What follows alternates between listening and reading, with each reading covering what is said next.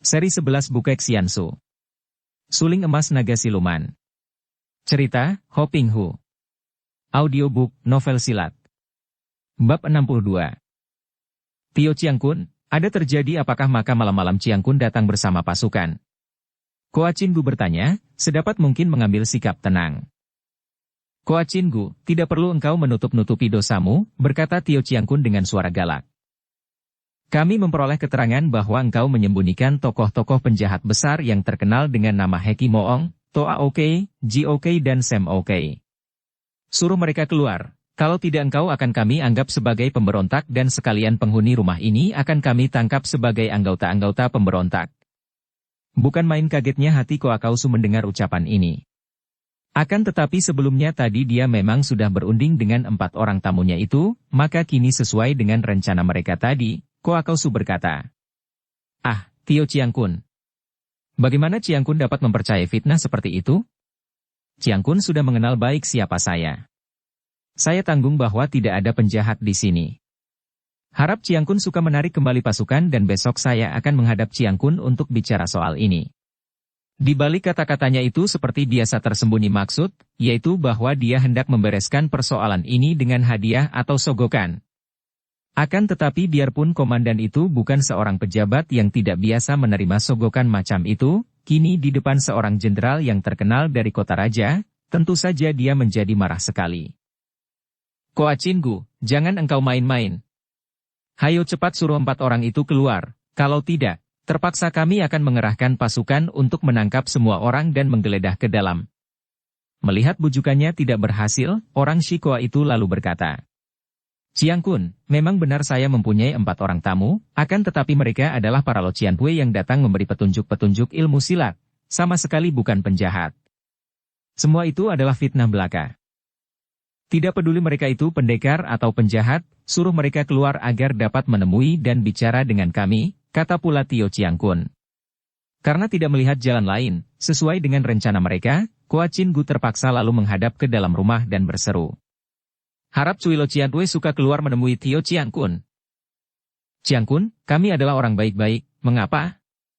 Akan tetapi ucapan Sem Oke yang menjadi juru bicara mereka itu tertahan dan matanya terbelalak ketika dia mengenal Kam Hong, Chi Xian, dan Jenderal Muda Cao Chin Leong. Juga Heki Moong mengenal Kam Hong dan Chi Xian, maka kakek ini pun tahu bahwa dia telah berhadapan dengan musuh yang pandai, maka tangannya bergerak dan senjata Longgepang telah berada di tangannya.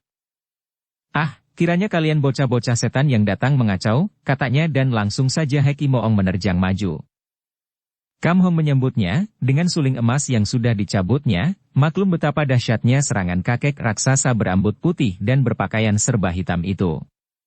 3 orang dari Imkan Ngouke yang juga mengenal 3 orang muda perkasa itu maklum bahwa tidak ada gunanya lagi berpura-pura dan bahwa untuk menyelamatkan diri mereka harus mempergunakan kekerasan, maka mereka bertiga pun segera menerjang ke depan, disambut oleh Cao Chin Leong dan Chi Xian. Melihat ini, guru silat Koa Chin Gu juga mengerti bahwa rahasianya telah terbongkar, maka dia pun menjadi nekat. Dengan teriakan nyaring dia pun memimpin anak buahnya untuk mencegah pasukan memasuki rumahnya. Terjadilah pertempuran hebat di pekarangan depan rumah itu. Sementara itu, Cukang Bu, Yufi, Cupek In ditahan dalam kamar-kamar terpisah-pisah. Mereka dalam keadaan tertotok dan dibelenggu tangan mereka, rebah di atas dipan dalam kamar tahanan masing-masing, dan setiap orang dijaga oleh 2 orang anak buah Koa Kausu. Para anak buah Koa Kausu bukanlah orang-orang baik. Koa Kausu sendiri biarpun seorang guru silat, akan tetapi dia adalah orang yang berkecimpung dalam dunia hitam sehingga para muridnya tentu saja terdiri dari tukang-tukang pukul dan penjahat-penjahat yang ingin memperkuat dirinya. Ketika semua orang menyerbu keluar untuk menyambut musuh, 6 orang yang bertugas jaga itu ditinggal berdua saja dengan masing-masing tawanan mereka. Kesempatan ini menimbulkan niat yang keji dalam benak mereka yang menjaga Yufi dan Pek In. 2 orang wanita ini adalah wanita-wanita yang tergolong cantik, maka melihat di situ tidak ada orang-orang lain, para penjaga 2 orang tawanan wanita ini timbul niat yang kotor untuk mengganggu 2 orang tawanan mereka. Mereka mulai mendekati tawanan masing-masing yang rebah terbelenggu dan tertotok di atas dipan, memandang dengan mulut menyeringai dan berliur. 2 orang yang menjaga Cupek In sudah mendekati gadis itu. Cupek In merasa bulu romanya meremang ketika melihat sikap mereka berdua itu. Akan tetapi ia tidak mampu bergerak karena telah tertotok jalan darahnya. Andai kata tidak tertotok, biarpun kaki tangannya terbelenggu, tentu ia dapat bergerak dan berdaya untuk melawan. Akan tetapi, kini ia hanya dapat memandang dengan mata terbelalak ketika dua orang itu mendekatinya dan terkekeh-kekeh. Hehe, kita tidak bisa maju berbareng, harus antri. Siapa yang lebih dulu, kata yang bertubuh tinggi besar dan bermuka hitam. Kita undi saja, kata kawannya yang bermata juling. Kita main bertanding jari saja, siapa menang boleh maju lebih dulu dan yang lain menjaga di luar kamar menanti giliran, kata si tinggi besar. Dua orang itu tertawa-tawa dan bermain jari. Ternyata si tinggi besar yang menang dan dengan muka kecewa si mata juling lalu keluar dari kamar itu, meninggalkan kawannya dan berjalan di luar.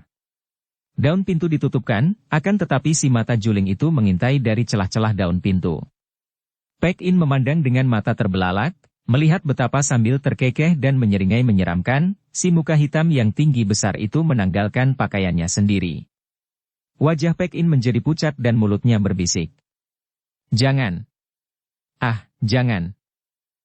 Hahaha diamlah, manis, kata si tinggi besar yang kini melangkah mendekati Dipan, membuat Paek In merasa ngeri dan takut sehingga hampir ia roboh pingsan. Akan tetapi pada saat jari tangan si tinggi besar menyentuh pakaian Paek In, tiba-tiba terdengar suara gaduh di luar pintu. Daun pintu terbuka.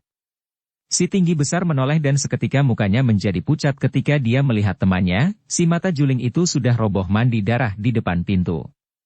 Dan sebelum dia sempat menguasai hatinya, sesosok bayangan berkelebat dan Hong Bu telah menghantamnya dengan telapak tangan kanan. Si tinggi besar tak sempat lagi berteriak karena terdengar suara keras ketika kepalanya kena ditampar. Tubuhnya terpelanting dan kepalanya retak, mengeluarkan darah dan otak. Dia tewas seketika tanpa sekarat lagi. Hong Bu cepat membebaskan totokan Paek In dan mematahkan belenggu kaki tangannya. Engkau tidak apa-apa, In Moi, tanyanya. Ah.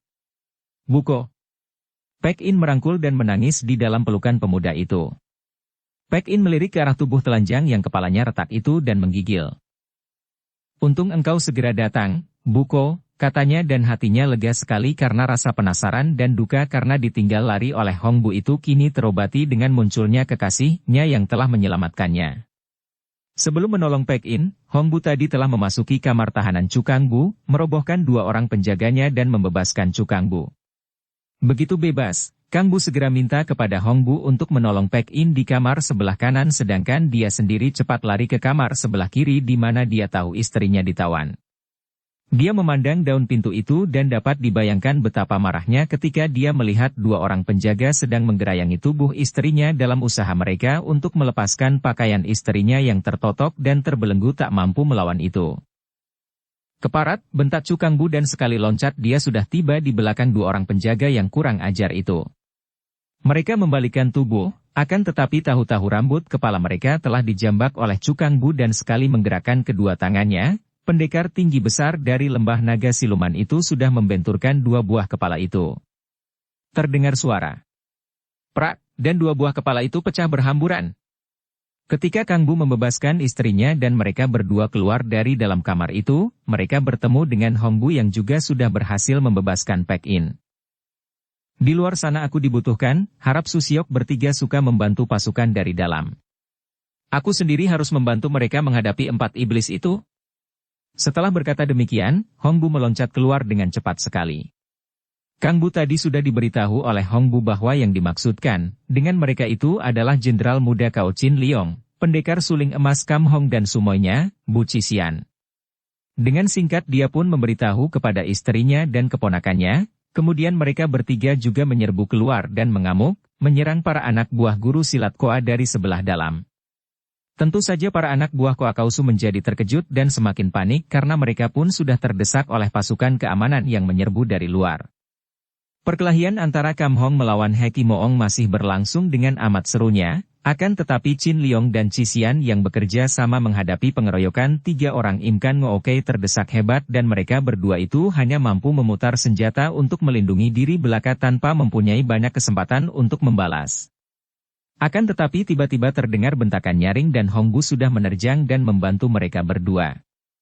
Melihat betapa Koakausu dan anak buahnya sudah roboh semua karena amukan Cukang Bu bertiga, dan melihat betapa mereka berempat sudah terkurung oleh pasukan dan di situ terdapat orang-orang muda yang amat lihai itu, Heki Moong maklum bahwa kalau terjadi pertempuran keroyokan tentu pihaknya akan mengalami kerugian karena kalah banyak. Maka tiba-tiba dia meloncat ke belakang dan berseru dengan lantang.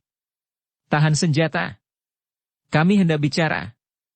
4 orang pendekar muda itu menahan senjata mereka dan Kam Hong mewakili teman-temannya, sambil melintangkan suling emas di depan dada dia pun menegur. "Heki Moong, engkau hendak bicara dan menggunakan kecurangan apa lagi?"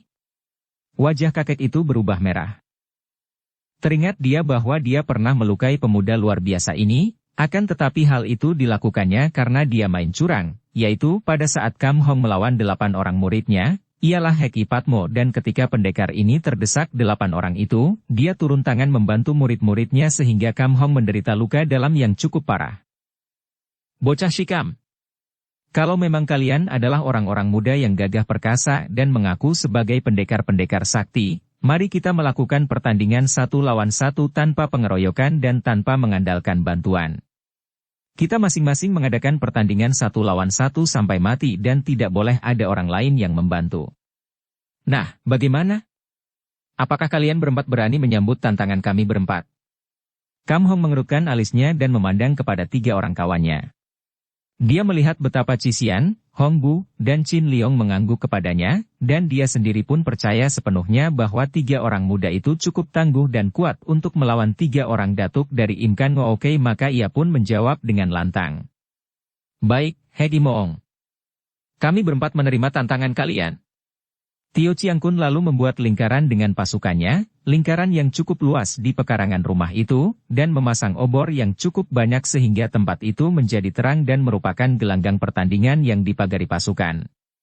Cukang Bu dan Yufi yang sudah selesai membasmi Koakausu dan anak buahnya itu pun kini berdiri menonton dengan penuh kepercayaan terhadap 4 orang muda yang sakti itu, hanya Chu Pek In yang mengerutkan alisnya dan merasa khawatir.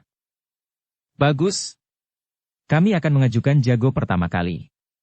"Sam Oke, majulah," kata Heki Moong.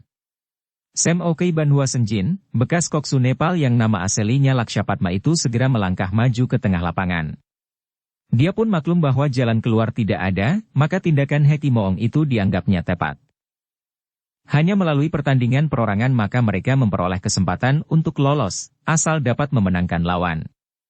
Dan bagaimanapun lihainya, 4 orang lawan itu hanyalah orang-orang muda yang tentu masih jauh kurang pengalamannya dibandingkan dengan mereka berempat.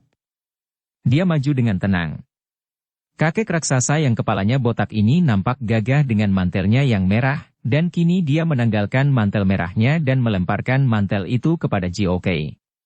Dia sendiri dengan kedua kaki terpentang lebar, kedua lututnya agak ditekuk dan kedua lengannya membuat silang di depan dada, yang kanan miring di depan dahi, yang kiri miring di depan dada. Sikapnya seperti seorang pendeta sedang melakukan sembahyang dengan sikap aneh. "Biar aku yang menghadapi tua bangka Nepal ini," kata Kau Chin Liong dan majunya Chin Liong melegakan hati Kam Hong. Dibandingkan dengan Chin Liong, mungkin sumoinya masih kalah, dan biarpun di pihak musuh Sam Oke merupakan orang terakhir, namun dia tahu bahwa bekas koksu Nepal ini mempunyai banyak tipu muslihat sehingga kalau Cisian yang melayani dia, hal itu amat berbahaya. Berbeda kalau Chin Liong yang menyambut kakek itu, karena biarpun masih muda, namun Chin Liong juga seorang yang memiliki banyak pengalaman dan mengenal banyak siasat-siasat licik pihak musuh. "Baiklah, saudara Kau Chin Liong. Kau lawan Sam Oke dan hati-hatilah terhadap akal busuk," kata Kam Hong. Chin Liong melangkah maju dengan tenang. Di bawah sinar obor yang banyak dinyalakan itu, pemuda ini nampak tegap dan gagah perkasa sekali. Wajahnya yang bundar itu nampak halus dan tampan, sepasang matanya yang lebar bersinar-sinar dan tahi lalat kecil di bawah telinga kirinya itu menambah kewibawaannya. Ketenangan pemuda ini nampak pada senyumnya, seolah-olah dia sama sekali tidak merasa jerih menghadapi lawan yang sudah amat tersohor karena kelihayannya ini. Masih begitu muda sudah memperoleh kepercayaan kaisar, maka dapat dibayangkan betapa hebatnya pemuda ini. Sam Oke juga merasa agak terkejut ketika melihat bahwa jenderal muda itu yang maju. Dia tahu akan kelihayan pemuda ini. Baru mengingat bahwa pemuda ini adalah putra tunggal dari pendekar naga sakti gurun pasir saja sudah membuat dia menjadi agak ngeri. Akan tetapi, dia segera dapat mengusir perasaan ini dengan keyakinan akan kepandaian sendiri. Betapapun juga, pemuda ini bukanlah pendekar naga sakti gurun pasir, pikirnya, melainkan seorang yang masih muda dan tentu masih hijau pula dalam pengalaman. Dukung channel Novel Silat dengan subscribe, follow, like, komen dan share. Hahaha. Sam Okai tertawa bergelak untuk membesarkan hati. Inikah jenderal muda Cao Qin Leong yang terkenal itu? Haha, orang muda, sudah, rela benarkah engkau untuk mati konyol maka engkau berani melawanku? Ban Hua Senjin. Engkau telah berdosa terhadap pemerintah dan negara ketika engkau menjadi koksu Nepal, dan engkau berdosa terhadap rakyat ketika engkau menjadi Sam Okai. Dosamu sudah terlampau bertumpuk, terlampau banyak maka sudah sewajarnya lah kalau sekarang engkau menerima hukuman dari tanganku sendiri. Majulah. Sebelum maju tadi Qin Leong telah menitipkan pedangnya kepada Hong Bu dan kini dia menghadapi lawan dengan tangan kosong. Dia tahu bahwa Sam Okai adalah seorang yang memiliki ilmu silat yang sudah agak tinggi tingkatnya maka datuk ini tidak lagi mengandalkan senjata. Dan karena dia sendiri pun murid ayah kandungnya yang memiliki ilmu silat tangan kosong pula, maka dia menghadapi lawan dengan tangan kosong. Dia berdiri tegak lurus, mula-mula kedua lengannya tergantung lurus di kanan kiri, lalu diangkatnya sampai ke pinggang dengan jari-jari terbuka dan ibu jari ditekuk ke telapakan, perlahan-lahan lengannya diangkat ke atas lalu setelah sampai di atas kepala ditarik ke bawah sambil mengerahkan tenaga sinkang. Kedua lengannya itu nampak tergetar halus, dan kini tubuhnya penuh dengan saluran sinkang yang dahsyat. Sam Okai mengeluarkan suara menggereng dan karena gerengan ini mengandung getaran tenaga kaikang yang amat kuat. Maka para prajurit yang mengepung tempat itu untuk nonton perkelahian itu menjadi terkejut dan tubuh mereka menggigil. Sam Okai menyusul gerengannya ini dengan terjangan dahsyat, kedua lengannya yang panjang dan besar itu bergerak cepat dan tahu-tahu dia telah mengirim serangan beruntun sampai 4 kali, memukul dengan kedua tangan dari atas ke bawah disusul cengkeraman dari kanan kiri. Qin Leong juga bergerak cepat, kedua lengannya sudah menangkis 2 pukulan pertama dan menghadapi cengkeraman dari kanan kiri itu dia meloncat ke belakang sambil membalik dan tiba-tiba saja tubuhnya berputar dan dia pun sudah membalas dengan sebuah tendangan kilat yang mengarah dagu lawan. Ketika Sam Okai menggerakkan tangan hendak menangkap kaki yang menendangnya, Qin Leong menarik kembali kakinya dan tubuhnya meluncur ke depan, tangan kanan menotok ke arah pusar dan tangan kiri mencengkeram ke arah ubun-ubun kepala botak itu. Dia telah mulai menggunakan jurus-jurus dari ilmu silat Sin Leong Chiang Hoat yang hebat. Karena dia tahu bahwa lawannya adalah seorang yang lihai, maka pemuda ini tidak mau membuang waktu dengan mengeluarkan ilmu silat lain, melainkan langsung mengeluarkan ilmu ciptaan kakek gurunya, yaitu si Dewa Bongkok itu. Sesungguhnya ilmu Sin Leong Chiang Hoat asalnya adalah ilmu ciptaan Dewa Bongkok yang khas, yaitu untuk seorang yang berlengan tunggal.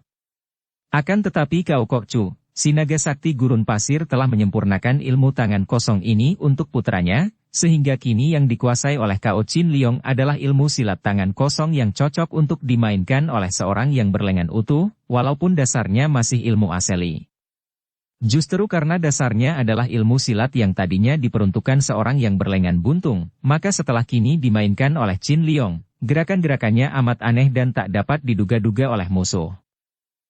Kadang-kadang pemuda itu hanya menggerakkan tangan kanannya saja, dan tangan kirinya bergantung mati. Akan tetapi pada detik-detik yang sama sekali tidak disangka oleh lawan, tiba-tiba saja tangan kirinya bergerak mengirim serangan susulan, serangan maut yang amat dahsyat, lebih dahsyat daripada serangan-serangan tangan kanannya.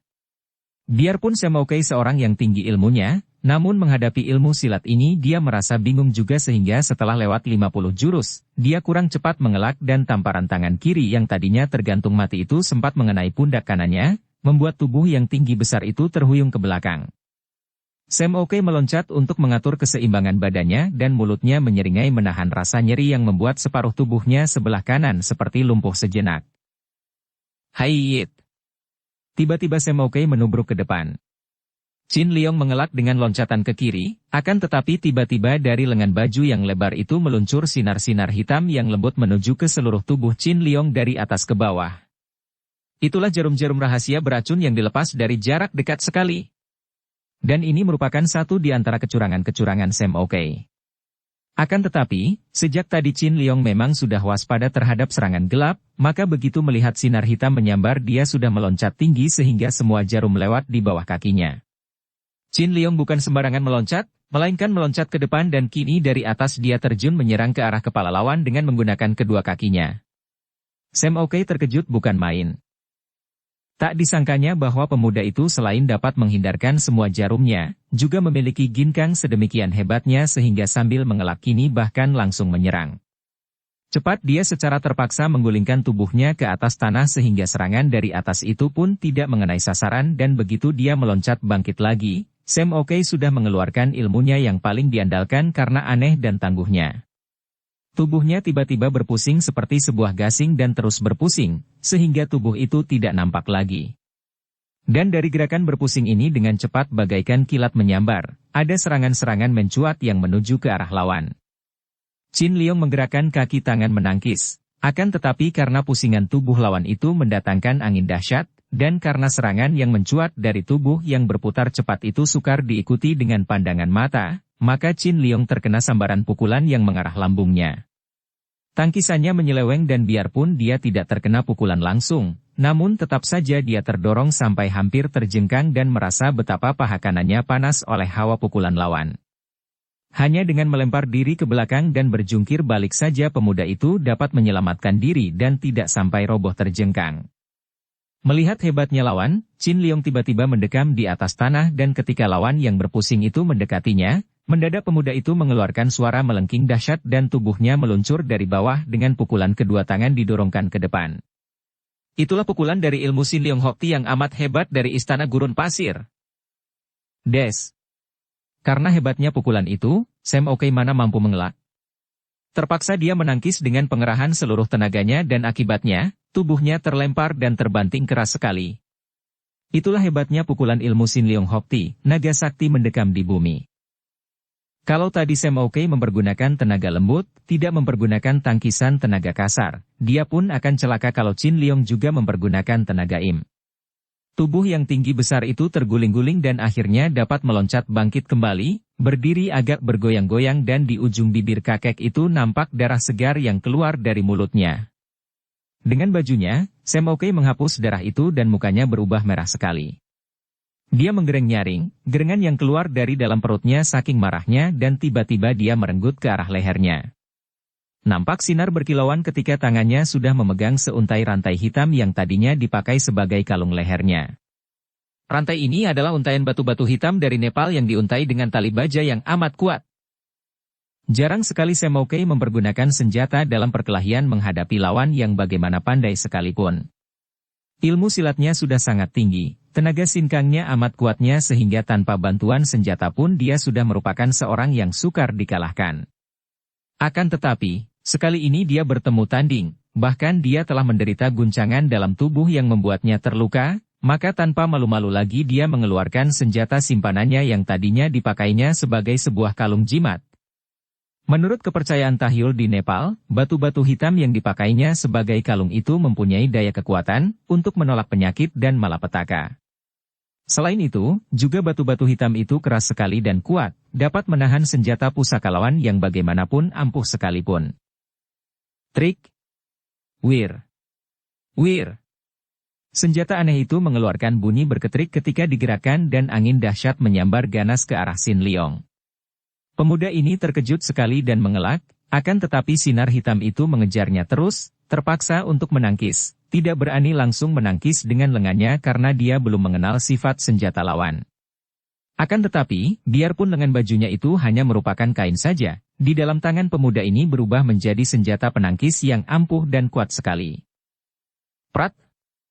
Tangkisan ujung lengan baju dari Qin Liong itu membuat serangan Sam Okai gagal dan sinar hitam senjata rantainya itu menyeleweng, akan tetapi pemuda itu terkejut bukan main ketika melihat betapa ujung lengan bajunya pecah-pecah. Dan kini sinar hitam itu telah menyambar lagi bertubi-tubi, mengarah kepalanya dan ujung sinar hitam itu dapat melakukan serangan totokan ke arah jalan darah yang mematikan. Maka Qin Liong segera mengelak dan berloncatan ke sana-sini, dan terdesak hebat oleh sinar hitam yang mengeluarkan bunyi berketrikan itu. Qin Liong, nih terima pedangmu. Tiba-tiba terdengar Hongbu berseru dan nampak sinar terang ketika pedang Qin Liong yang tadi dititipkan kepada pemuda itu telah dicabut oleh Hongbu dan dilemparkannya kepada jenderal muda itu. Qin Liong cepat menyambut pedangnya dengan tangan kanan. Terima kasih, Hongbu, katanya gembira dan seketika pedang itu diputar-putarnya di tangannya, berubah menjadi sinar bergulung-gulung menyilaukan mata ketika tertimpa sinar obor. Pedang itu adalah sebuah pedang yang baik karena pedang itu merupakan pedang pemberian kaisar sebagai tanda pangkatnya. Seperti juga Sam Okai, putra pendekar naga sakti gurun pasir ini sebetulnya tidak lagi memerlukan senjata untuk membantunya dalam perkelahian.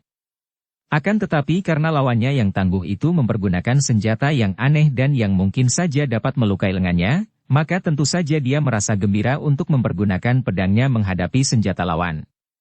Sam Okai masih terus mendesak dengan senjatanya yang diputar-putar dan menghujani lawannya dengan serangan-serangan maut. Qin Liong juga memutar pedangnya dan menyambut serangan itu dengan pedangnya sambil mengerahkan tenaganya. Terang! Cering! Keduanya melompat ke belakang ketika merasa betapa telapak tangan mereka panas dan nyeri, seolah-olah kulitnya terkupas. Mereka masing-masing memeriksa senjata sendiri, akan tetapi hati mereka lega melihat bahwa senjata mereka tidak rusak oleh benturan yang hebat tadi. Mereka gembira karena senjatanya dapat menahan senjata lawan, keduanya lalu saling terjang lagi dengan dahsyatnya. Tubuh mereka lenyap terbungkus gulungan sinar hitam dan sinar terang dari pedang Qin Liong. Dan kedua sinar yang bergulung-gulung itu saling belit, saling tekan dalam sebuah pertempuran yang amat seru. Semua orang yang menyaksikan pertandingan ini, diam-diam merasa tegang bukan main karena memang jaranglah terdapat perkelahian antara dua orang yang demikian lihainya. Yang menegangkan adalah karena kedua pihak tidak mau turun tangan membantu teman. Pihak Heki Mong tentu saja tidak berani melakukan ini sebagai pihak yang lebih lemah atau yang lebih sedikit jumlah temannya. Sebaliknya pihak Kam Hong dan kawan-kawannya tentu tidak mau melanggar perjanjian sebagai pendekar-pendekar yang menjunjung tinggi kehormatan dan kegagahan. Maka semua orang tahu bahwa pertandingan antara Sam Okai dan Qin Liong ini, seperti juga pertandingan lain yang akan terjadi antara kedua pihak, merupakan perkelahian mati-matian tanpa dapat mengharapkan bantuan orang lain. Kembali puluhan jurus lewat dengan cepat dan kedua pihak belum juga mampu saling melukai, apalagi merobohkan. Qin Liong yang maklum akan kelihayan lawan, menggerakkan tubuh dan pedangnya dengan tenang dan hati-hati. Sebaliknya Sam Okai yang memang merasa gelisah karena maklum bahwa pihaknya kalah kuat dan telah terkepung, menyerang dengan penuh nafsu. Melihat betapa pertahanan pemuda itu amat tangguhnya, dia menjadi penasaran. Tiba-tiba, ketika kedua senjata itu saling bertemu di udara, Sam Okai menggerakkan pergelangan tangannya, dan senjata rantai batu hitam itu segera bergerak membelit-belit pedang di tangan Qin Liong, seperti seekor ular. Kedua senjata itu tak dapat terlepas kembali dan mereka kini saling tarik-menarik dan tiba-tiba kaki kanan Qin Liong terpeleset karena dia menginjak batu yang basah dan licin. Pemuda itu terjatuh miring di atas tanah. Tentu saja semua temannya menahan teriakan kaget melihat hal ini. Melihat kesempatan yang amat baik baginya ini, Sam Okai menjadi girang sekali dan dia pun lalu menubruk ke bawah. Tangan kirinya bergerak mencengkeram ke arah kepala pemuda itu. Hebat bukan main serangan ini dan semua orang tahu bahwa sekali kepala itu terkena cengkeraman jari-jari tangan yang kuat itu, tentu pemuda itu akan tewas seketika. Melihat ini, Cisian tentu sudah meloncat kalau saja Suhengnya tidak memegang lengannya. Hongbu juga mengepal tinju dan matanya melotot memandang ke arah sahabatnya itu yang rebah miring dan kepalanya terancam cengkeraman yang mengandung ancaman maut itu. Sam Okai tidak tahu, juga para ahli silat di situ tidak ada yang tahu bahwa ketika terjatuh tadi, otomatis Qin Liong mengatur gerakan jurus dari ilmu silat sakti Sin Liong Hokti. Ilmu silat ini memang meminjam kekuatan bumi dan dilakukan dengan banyak mendekam di atas tanah. Maka ketika Sam Okai menyerangnya dengan cengkeraman tangan ke arah kepalanya, sebenarnya Qin Liong sudah siap siaga dengan jurus ilmu silatnya yang ampuh. Dia cepat menggerakkan kepalanya menyingkir dan tangan Sam Okai itu kini mencengkeram pundaknya dan pada saat itu juga, tiba-tiba dari bawah, tangan kiri pemuda ini meluncur dengan dahsyat mengirim serangan-serangan pukulan mendadak. Des! Terdengar gerengan serak dari mulut Sam Okai ketika tubuh raksasa itu terlempar sampai 3 meter lebih. Terbanting jatuh ke atas tanah. Sam Okai merangkak bangun, berdiri dan terhuyung-huyung, memandang dengan mata melotot ke arah Qin Liong, tangan kiri mencengkeram dadanya yang terpukul, tangan kanan mengangkat rantainya tinggi-tinggi, sikapnya seperti hendak menyerang. Akan tetapi, tiba-tiba mulutnya terbuka dan menyemburkan darah segar, kedua kakinya terkulai dan dia pun roboh menelungkup dan nyawanya melayang meninggalkan tubuhnya. Chin Liong bangkit dan menyeringai, tangan kirinya memegangi pundak kanannya yang tadi kena dicengkeram lawan. Chu Kangbu yang pandai dalam hal pengobatan, cepat meloncat mendekatinya dan memeriksa pundaknya. Untung hanya luka daging saja, dan tenaga Sinkang telah melindungi tulang pundak itu sehingga tidak remuk. Chu Kangbu cepat memberi sebuah pel merah untuk ditelan oleh jenderal muda itu dan luka di pundaknya ditempeli koyok hitam. Kemenangan jenderal muda ini disambut sorak-sorai oleh para pasukan, akan tetapi Toa Oke, Ji Oke, dan Heki Moong mengerutkan alis dan muka mereka sebentar pucat sebentar merah. Tiba-tiba Ji Oke mengeluarkan pekik melengking nyaring dan ia sudah meloncat ke depan, lalu ia menoleh kepada Heki Moong sambil berkata, "Biarkan aku menebus nyawa Samte." Nenek bertopeng tengkorak ini adalah seorang datuk kaum sesat yang kejam sekali sehingga ia mampu memperoleh julukan si jahat kedua. Akan tetapi kini melihat betapa Sam Oke tewas di depan matanya, hatinya terasa seperti disayat dan ia merasa sakit hati sekali. Kini, Ji Oke Kui bin Nionio sudah berdiri tegak, tubuhnya yang kecil ramping seperti tubuh orang muda itu bergoyang-goyang, dadanya turun naik terbawa tarikan napas panjang karena kemarahannya, sepasang mata di balik topeng tengkorak itu seperti dua titik api yang mencorong, rambutnya yang sudah putih semua riap-riapan, sebagian menutupi muka tengkorak, kedua tangannya yang berkuku runcing bertolak pinggang, sikapnya menantang sekali. "Bocah-bocah sombong, majulah dan terimalah kematian di tanganku," bentaknya menantang. Cisian melangkah maju dan berkata kepada suhengnya, "Suheng, ia adalah satu-satunya wanita di pihak lawan seperti juga aku di pihak kita. Biarkan aku menghadapi iblis betina ini." Kam Hong mengerutkan alisnya.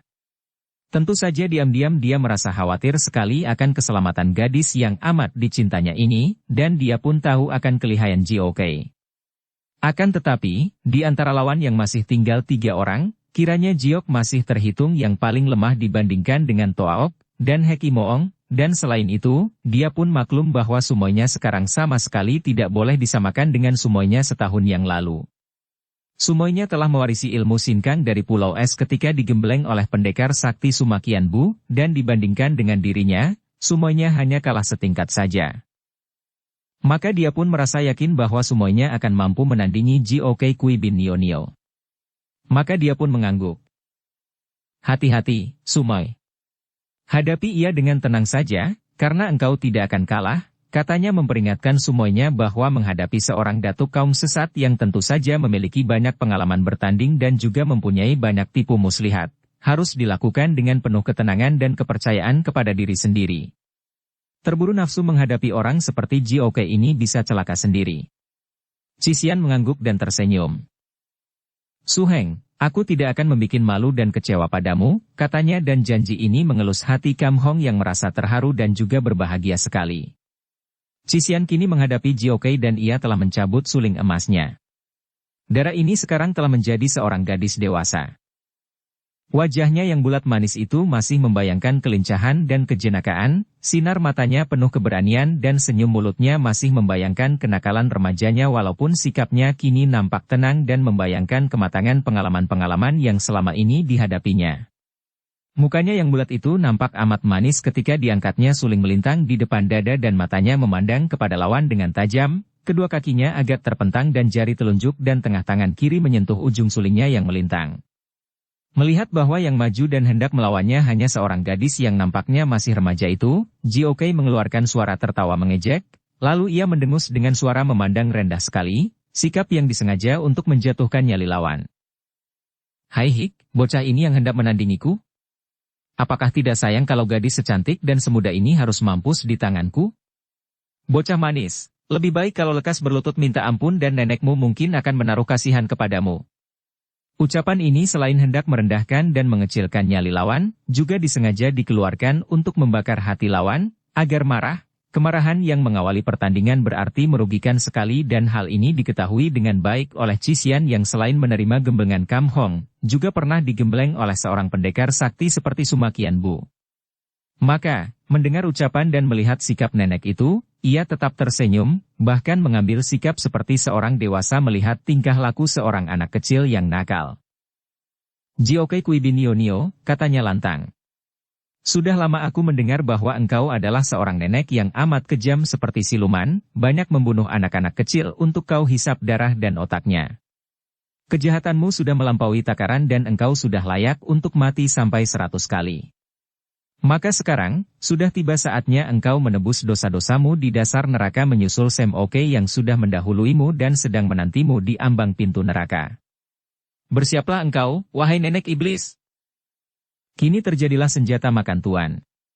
Senjata yang dipergunakan oleh GOK, yaitu kata-kata untuk memancing kemarahan lawan, ternyata dipergunakan pula oleh Cisian yang cerdik.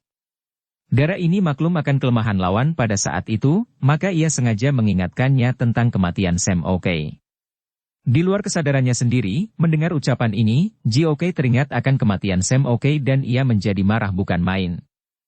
Sambil mengeluarkan suara mendengus karena tidak mampu lagi mengeluarkan kata-kata saking marahnya, nenek ini sudah menggerakkan tubuhnya dan tangan kirinya yang berkuku panjang itu telah melakukan penyerangan dahsyat, mencengkeram ke arah muka Cisian.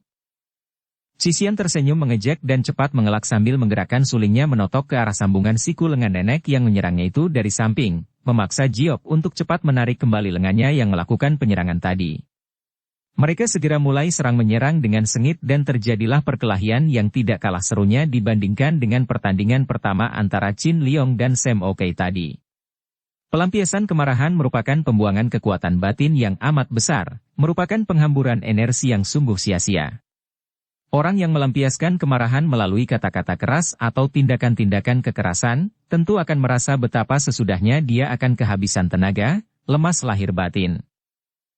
Oleh karena itu, orang yang mampu menghadapi nafsu-nafsu yang muncul seperti nafsu amarah, tanpa menghamburkan kekuatan dahsyat itu melalui pelampiasan, berarti akan menyimpan kekuatan batin yang kuat.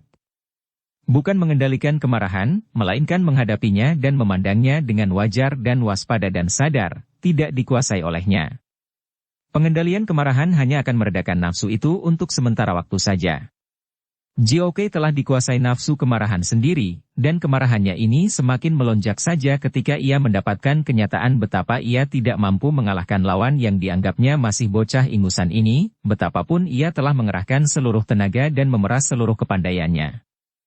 Bahkan sebaliknya, serangan-serangan balasan dari suling emas itu sungguh membuat ia kadang-kadang terkejut dan beberapa kali nyaris terkena totokan ujung suling emas.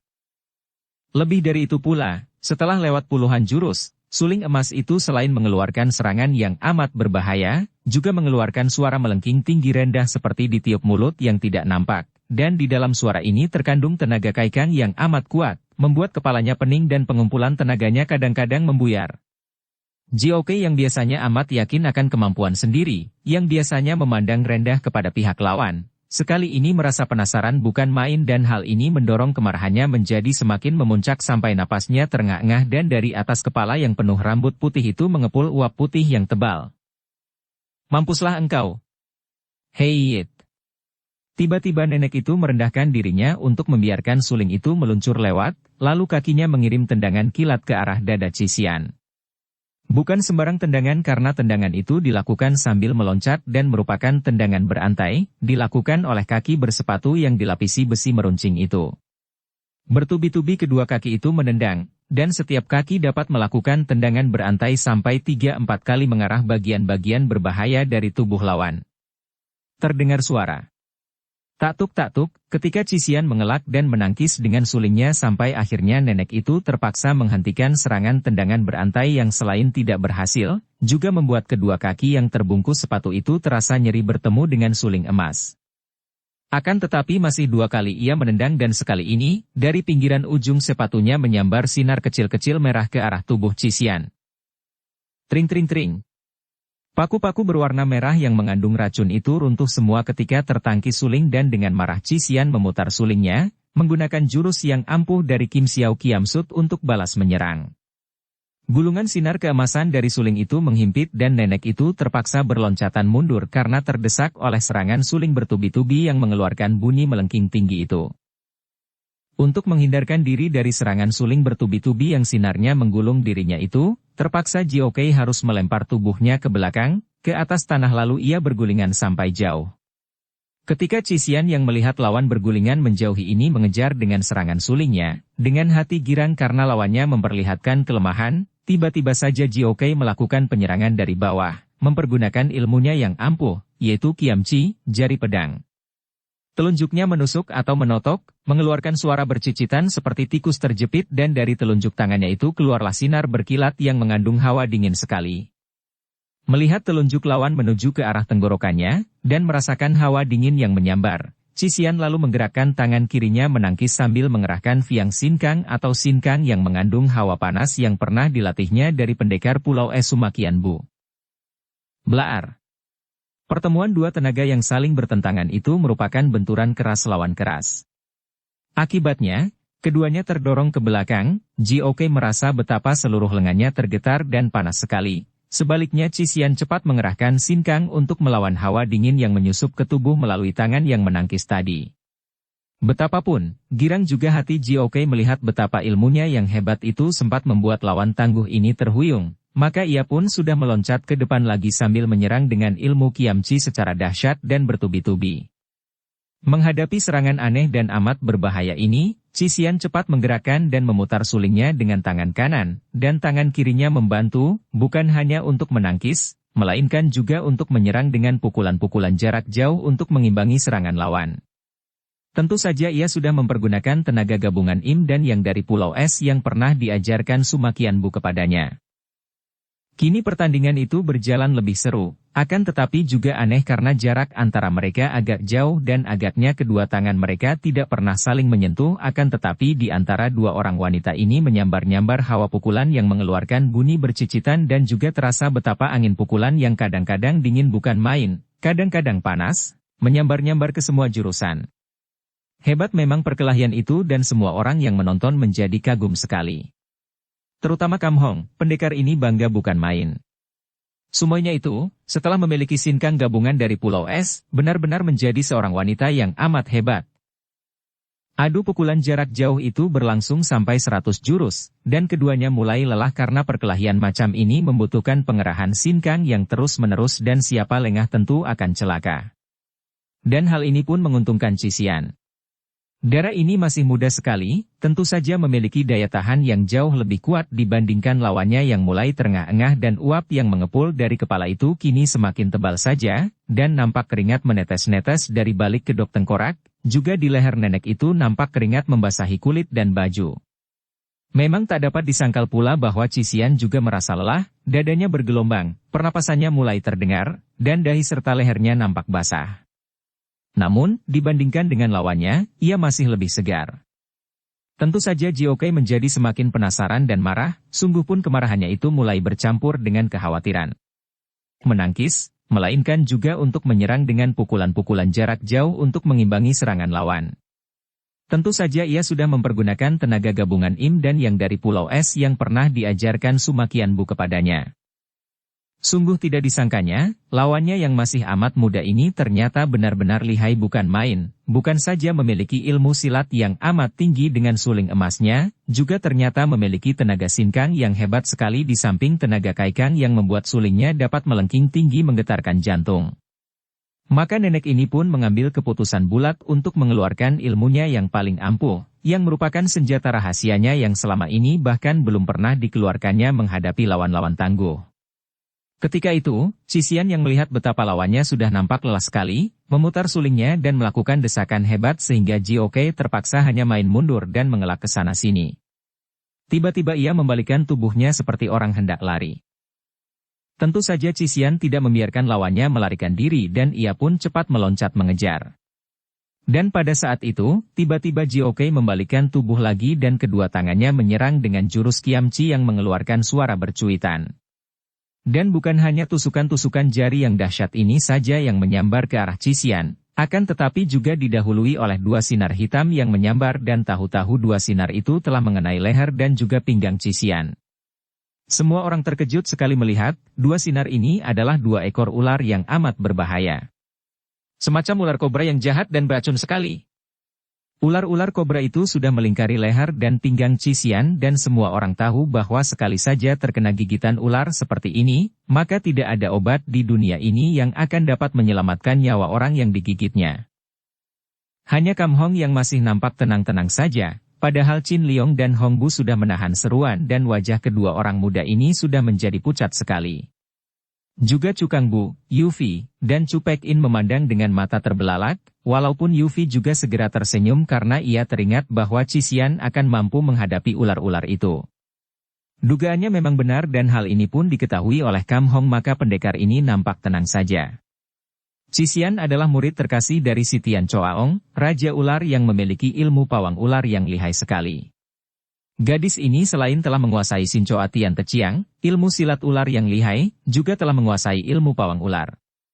Maka begitu ia tadi melihat bahwa senjata rahasia lawannya adalah 2 ekor ular kobra, diam-diam ia tertawa dan segera mengerahkan ilmu menundukkan ular itu. Dan hebatnya, begitu ular-ular itu mengenai leher dan pinggangnya, 2 ekor ular yang segera mengenal ilmu itu dan tahu bahwa manusia ini adalah Ratu. Mereka sama sekali tidak menggigit, malah lalu melingkar dengan manja. Yufi maklum bahwa Cisian pernah menjadi murid si Tian Choaong, dan Kam Hong juga tahu akan hal ini, maka mereka berdua tidak merasa khawatir. Akan tetapi, tiba-tiba Cisian mengeluarkan teriakan nyaring dan roboh terjengkang. Kam Hong sendiri sampai terkejut setengah mati melihat hal yang tidak diduga-duganya ini. Jioke terkekeh girang, lalu menubruk untuk memberi pukulan maut terakhir. Akan tetapi, mendadak kedua tangan Cisian bergerak dan 2 ekor ular itu kini meluncur ke arah tubuh Jioke yang sedang menubruk, dengan mulut mendesis penuh kemarahan. Bersambung ke bab 63. Dukung kami dengan subscribe, follow, like, komen dan share. Terima kasih.